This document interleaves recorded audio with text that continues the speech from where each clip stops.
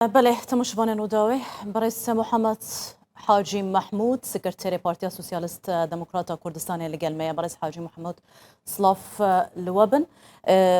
یعنی کنگی یکم جار و دکتر روش نوری شاویس ناسکر پیام و که هون سکرتری پارتی سوسیالیست دموکرات درباره کوچا داویا دکتر روش نوری شاویس دا چیه؟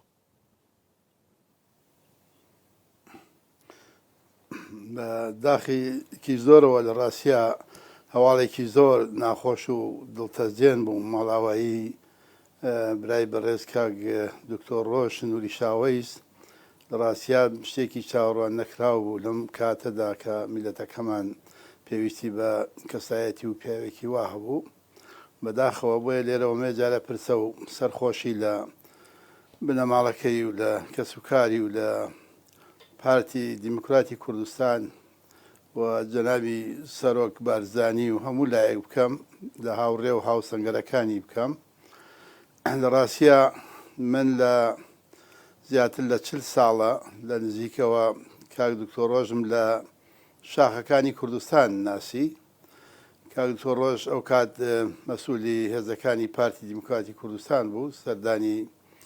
ناوچەی شلێر و شارباژێڕی کرد لە ئاخری هەفتاکان سەرەتای هەشتاکاندا ئێمە لێەوە یەکەم جار یەکمان بینی و دواتر لە شاخ و ئەشکەوت و چیاکانی کوردستان یەکمان ناسی بۆیە من پێم وایە کاک دکتۆر ڕۆژ تەنها زەرەر لە بنەماڵەکەی و پارتی دیموکراتی کوردستان نەبووە بەڵکو کاک دکتۆر ڕۆژ لە بزوتنەوەی ڕزگاری خواز و لە هەموو لایەنەکان بوو چونکە پیاوێکی تێکۆشەر بنەماڵەیەکی تێکۆشەری ناسراوی گەورەی شاری سلێمانی بوون کاک دکتۆر ڕۆژ کوڕی نووری شاوەیسە نووری شاوەیس لە چلەکانەوە لە بزوتنەوەی ڕزگاری خوازی میلەتەکەمانە بەشداری کاریگەری کردبوو لە سەرەتاوە تا ئاخر و ناهیدەخان شێخ سەلام دایکی دکتۆر ڕۆژە ئەوانی لە بنەماڵێکی گەورەی ئەو ناوچەیەن واتە ئەوانە بە بنەماڵە هەمویان هەم ڕۆشن بیر بوون و هەم تێکۆشەر بوون و هەم خەباتگێڕ بوون و هەم کۆمەڵایەتی بوون و لە هەموو بوارێکدا ئەوەی پێیان کراوە درێخیان نەکردووە بۆ میلەتەکەیان بۆ وڵاتەکەیان بۆ خەبات و تێکۆشان دکتۆر ڕۆژ جگە لەوەی کە مەکتەبی سیاسی پارتی دیموکراتی کوردستان بووە دکتۆر ڕۆژ پێشمەرگەیەکی زۆر ئازا و قارەمان و ڕەنگە هاوڕێکانی لە نزیکەوە بزانن لە هیچ شەڕ و جەبهەیەکتا باوەڕ ناکەم کەس کەوتوێتە پێشی دکتۆر ڕۆژ لە جەبهەکانە دژی ڕژێمی باس و حکوومەتی عێراق حکوومەتەکانی عێراقی واتە هەم پێشمەرگە بوو لە شاخ و هەم تێکۆشەر و هەم ڕۆشن بیر و پیاوێکی هێمن و لەسەرخۆ و ئاشتی خواز و دوبلۆماس و دەورێکی گرنگ و کاریگەری لە بزوتنەوەی ڕزگاری خوازی میلەتەکەمانە هەبوو. بله برای محمد حاجی محمود وێ دەمێ دکتۆر ڕۆژ نووری شاوێس پەیوەندیاوی لەگەڵ حەزبان چاوا بوو وی چاوە لە حەزبان دنەری دەمێکێدا و شەڕی برا و ژێژی هەر هەبوو.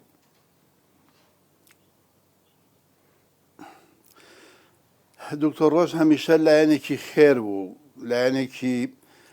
لایەنێک بوو هەمیشە حزبەکانی بەرامبەر هەوڵیانەدا هەتا لە کۆبنەکانە دکتۆر ڕۆژی تێدا بێواتە دکتۆر ڕۆژ هەمیشە هێمن و لەسەرخۆ و لایەنی خێر و لایەنی ئاشتی بوو لە هەموو کۆبنەکان لە زۆربەی لەگەڵ هەموو حیزبەکان پیاوێکی ئاشتی خواز پیاوێکی نەرمونیان پیاوێکی مێرەبان لەسەرخۆ ئەوانە وای کردبوو کە سرنجی زۆر خەڵک ڕاکێشن کە هەمیشە لە هەوڵ بدەن لەگەڵ دکتۆر ڕۆژە نزیک بن و هاوکار بن لە ڕاستیە دکتۆر ڕۆژ پیاوی شاخ و شار بوو دکتۆر ڕۆژ پیاوێک بوو کە چۆن لە شاخ دەوری گرنگ و کاریگەری هەبوو و لە شاریش دەوری گرنگ و کاریگەری هەبوو بەڕێستان دەزانن دکتۆر ڕۆژ جێگری ڕئیسی وزەرای یەکەم کابینەی حکوومەتی هەرێمی کوردستان بوو و پاشان ڕئیسی حکوومەتی هەرێمی کوردستان بوو سەرۆکی پەرلەمانی کوردستان بوو جێگری ڕئیس وزەرای حکوومەتی عێراقی بوو و ڕئیسی زۆربەی وەفدەکان بوو لەگەڵ دانوستاندن لەگەڵ بەغدا وڵاتانی دەوروبەر و ئەوروپا و ئەمریکا. واتە دکتۆر ڕۆژ بە ڕاستی پیاوێکی ڕۆشنبیر و تێگەیشتوو و شارەزا و لە واقعی میلەتەکەمان و واقعی دنیا و خوێندنەوەی بەرامبەرەکەی و ئەمانە ڕەنگە بە چەند وشەیەک وەسف نەکرێت پیاوێکی وە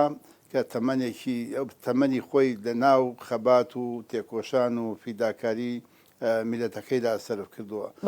بۆیە دکتۆر ڕۆژ لەوە دەرچوو تەنها لە سنووری بنەماڵە و سنووری پارتی دیموکراتی کوردستان، بەڵکو دکتۆر ڕۆژ لە چوارچێوەی بزوتنەوەی ڕزگاری خوازی میلەتەکەماندا کاریە کرد. بەڵێ بەڕێز محەممەد حاجی مەحموود وە بخۆژی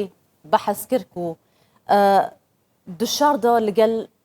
لە دژی هێزین حکوومەتە عێراقی لە هەمبەری دژمنێن کووردا بچاوێ خۆ وە دیتیەک و کاچەوەوی شارکریە دبەرێن شاردایە چاوە بوو تەمان دەمێداژی د فەرماندەییکردنا پێشمەرگەیاندایە چاوە بوو.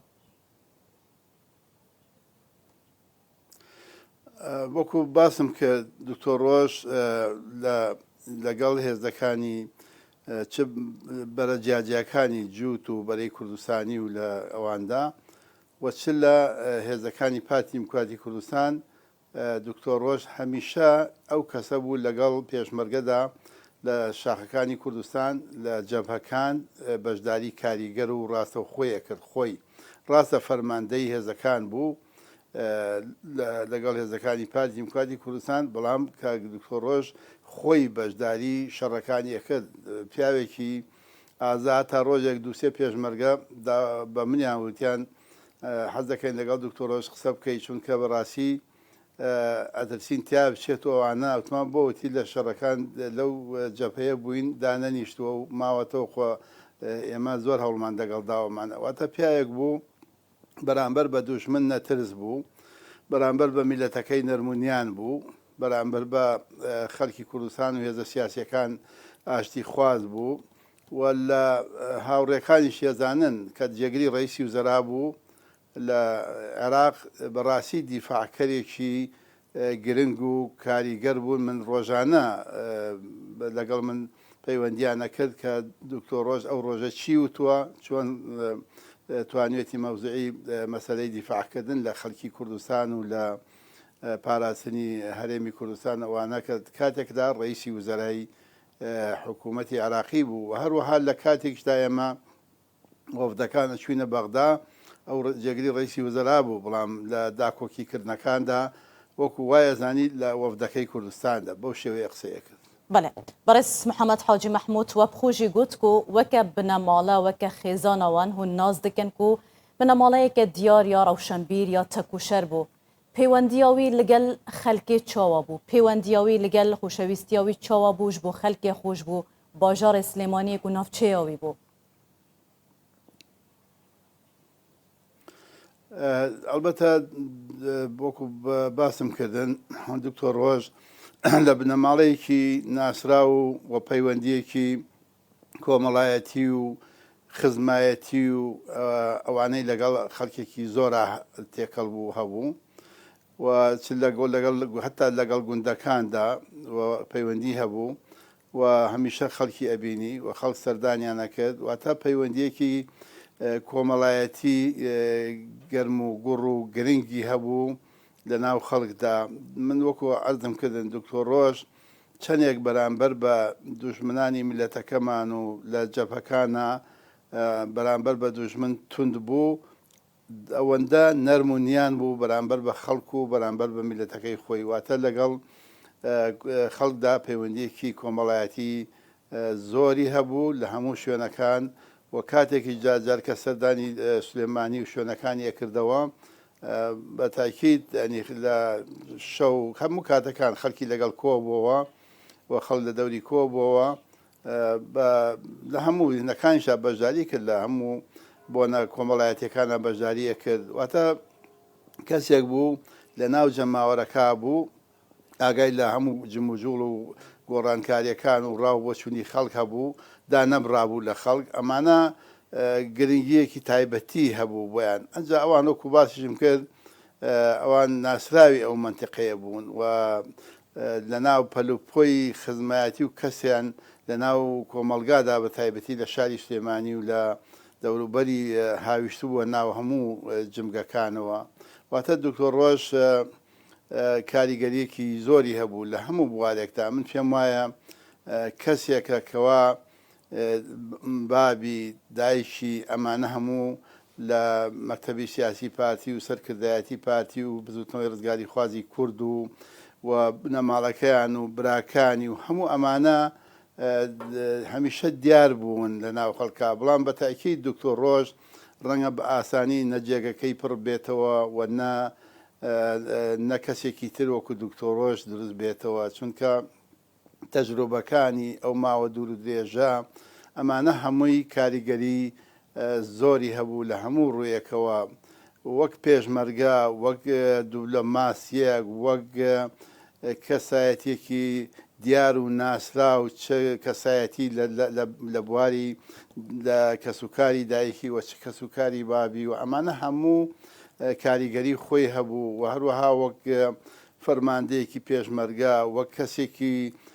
بەڕێوەبردننی کار واتە لە چ لە حکوومەتی هەرێم و چ لە پەرلەمان و چ لە حکوومەتی عراقی هەمیشە دەوری دیار و گرنگ و کاریگەری هەبووە. بۆیە من پێم وایە دکتۆر ڕۆژ زەرێکی گەورە بوو لە میلەتەکەمان، زەرێکی گەورە بوو لە بزوتنەوەی ڕزگاری خوازی کوردستان، زەرێکی گەورە بوو لە ئاشتی، زەرێکی گەورە بوو لە هەموو حیزب و هێزە سیاسەکانی کوردستان. بەڕێز محەممەد حاجی مەحموود و ئاماژە بەوەیەکی کرد و ددانوستاندنên لەگەل ئالiyên سیاسiyên بەغدایê لەگەل حکوومەتا بەغدایê danûstandineke baş saziş li mafê xelkê Kurdistanê nedikir. Karînên iqnakirinên qenaetkipêkirinê ya aliyê beramberî danûstankar hebû. Çawa li ezmûna Diktor Roj Nûrî Şawês lê bê temaşekirin de danûstandinan da binerînewe.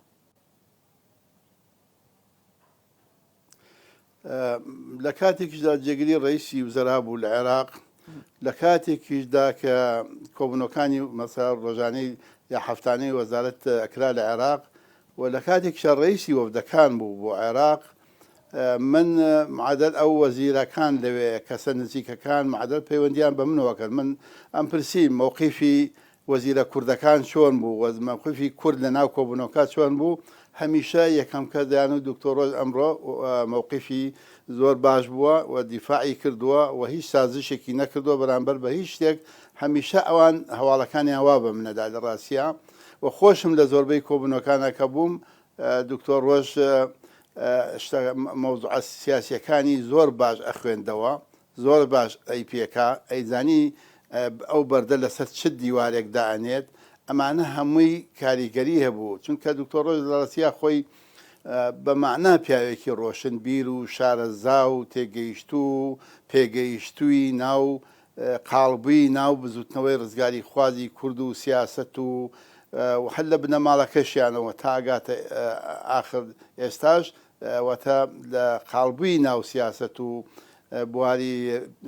پێشمەرگە و بواری دوولەماسی و بواری عەلاقات و کۆمەڵایەتی و هەموو ئەوانەی تێدا کۆبوو بۆ دکتۆر ڕۆژ. بۆیە پێم وایە دکتۆر ڕۆژ خەسارێک بوو لە بزوتنەوەی ڕزگاری خوازی میلەتەکەمان. بەڵێ بەڕێز محەممەد حاجی مەحموود سکرتێرê Partiya Sosyalîst Demokratiya Kurdistanê سپاس بووە هەن لەگەڵ ما بوون.